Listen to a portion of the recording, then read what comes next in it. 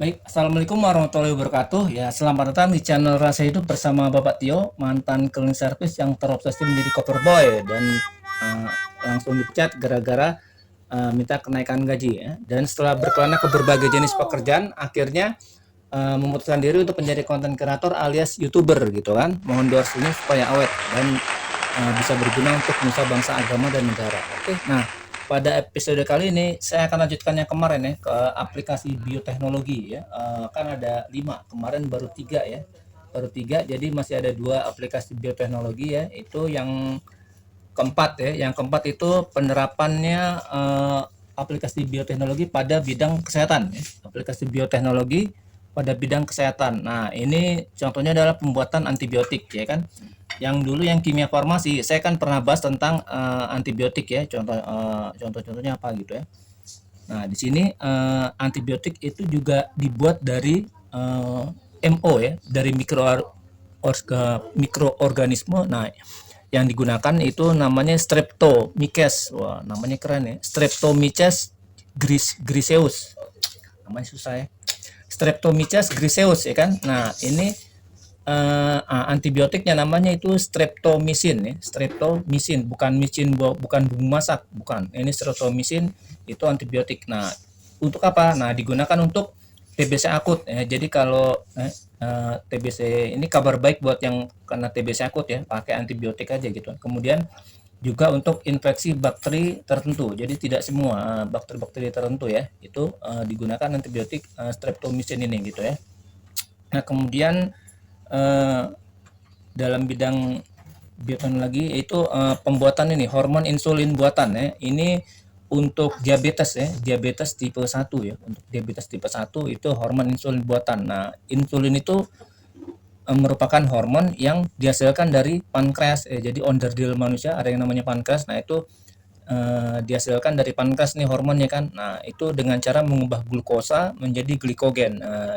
Di mana glikogen ini berfungsi untuk mengatur kadar gula darah. Nah, jadi kan diabetes kan identik dengan apa kadar gula darah. Jadi dia mengatur kadar gula darah bersama glukogen supaya dia tidak kebanyakan ya. Karena kalau terlalu banyak dia katanya bablas gitu ya. Jadi diatur ya supaya tidak berbahaya bagi tubuh gitu kan. Nah, kemudian aplikasi bioteknologi yaitu yang berikutnya vaksin ya.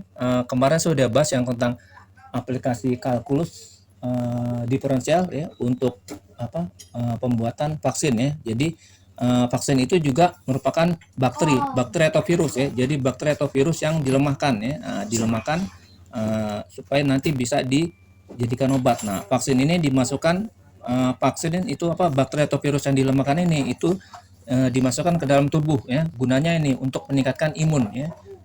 Karena dengan dia masuk ke dalam tubuh kita, nah imun kita itu aktif gitu ya. Karena kalau tidak ada virus, imunnya dia tidur-tiduran aja. Nah, dengan adanya virus itu dia imunnya aktif gitu kan untuk menangkal virus ini gitu kan. Jadi dia meningkatkan imunnya itu dengan cara ini sel plasmanya dia mengikat antibodi ya, saat bakteri atau virus masuk ke dalam tubuh. Nah, gitu ya.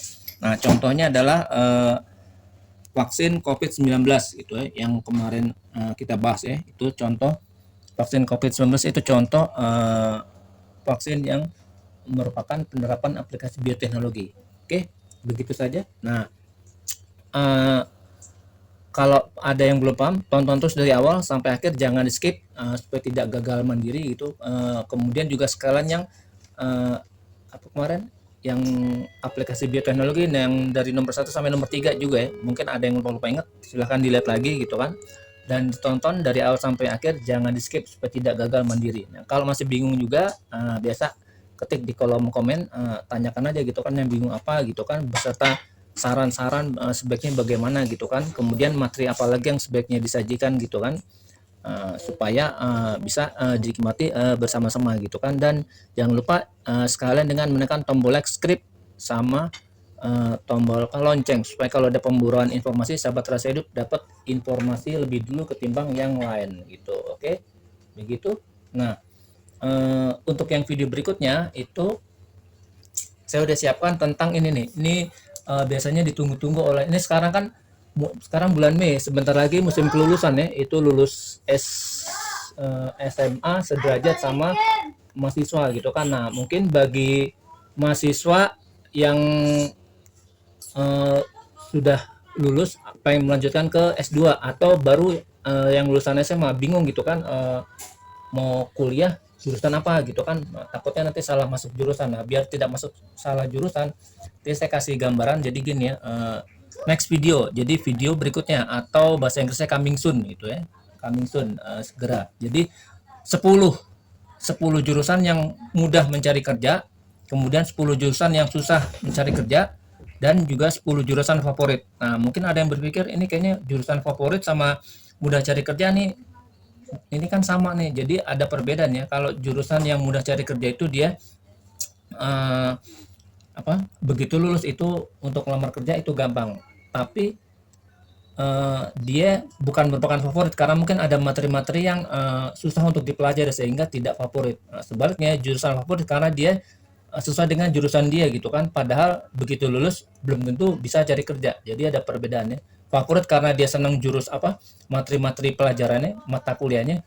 Padahal belum tentu pas lulus dia bisa dapat kerja. Atau kebalikannya, gampang cari kerja tapi tidak favorit karena materinya susah untuk dicerna gitu kan. Jadi gagal paham mulu gitu kan, padahal udah berkali-kali gitu kan. Nah, dengan memperhatikan video dari channel Rasa Hidup bersama Bapak Tio, jadi nanti sahabat Rasa Hidup yang mau kuliah atau mau lulus SMA itu diharapkan tidak salah jurusan gitu ya. Jadi nanti begitu lulus, jadi ada gambaran, oh gue mau kerja di mana gitu kan, gue mau nanti jadi buka usaha apa gitu ya. Jadi itu sudah tidak menjadi kendala lagi gitu ya. Oke, begitu saja. Mudah-mudahan informasi ini bermanfaat untuk uh, segala macam makhluk, baik yang ada di darat, laut, dan udara gitu. Bermanfaat untuk sekeliling kita, tetangga kiri kanan gitu. Nah, terus jika menurut sahabat Rasa Hidup ini bermanfaat, silahkan share ke teman-teman. Nah, kalau misalnya ada yang kurang, kritik saran di kolom komen sangat ditunggu supaya bisa berkembang pesat dan bermanfaat untuk episode-episode berikutnya. Oke, begitu. Terima kasih atas perhatian sahabat Rasa Hidup. Jumpa lagi pada episode berikutnya yang lebih dahsyat, lebih menarik, dan lebih bertenaga gitu kan. Gitu. Bila taufiq wal hidayah. Wassalamualaikum warahmatullahi wabarakatuh.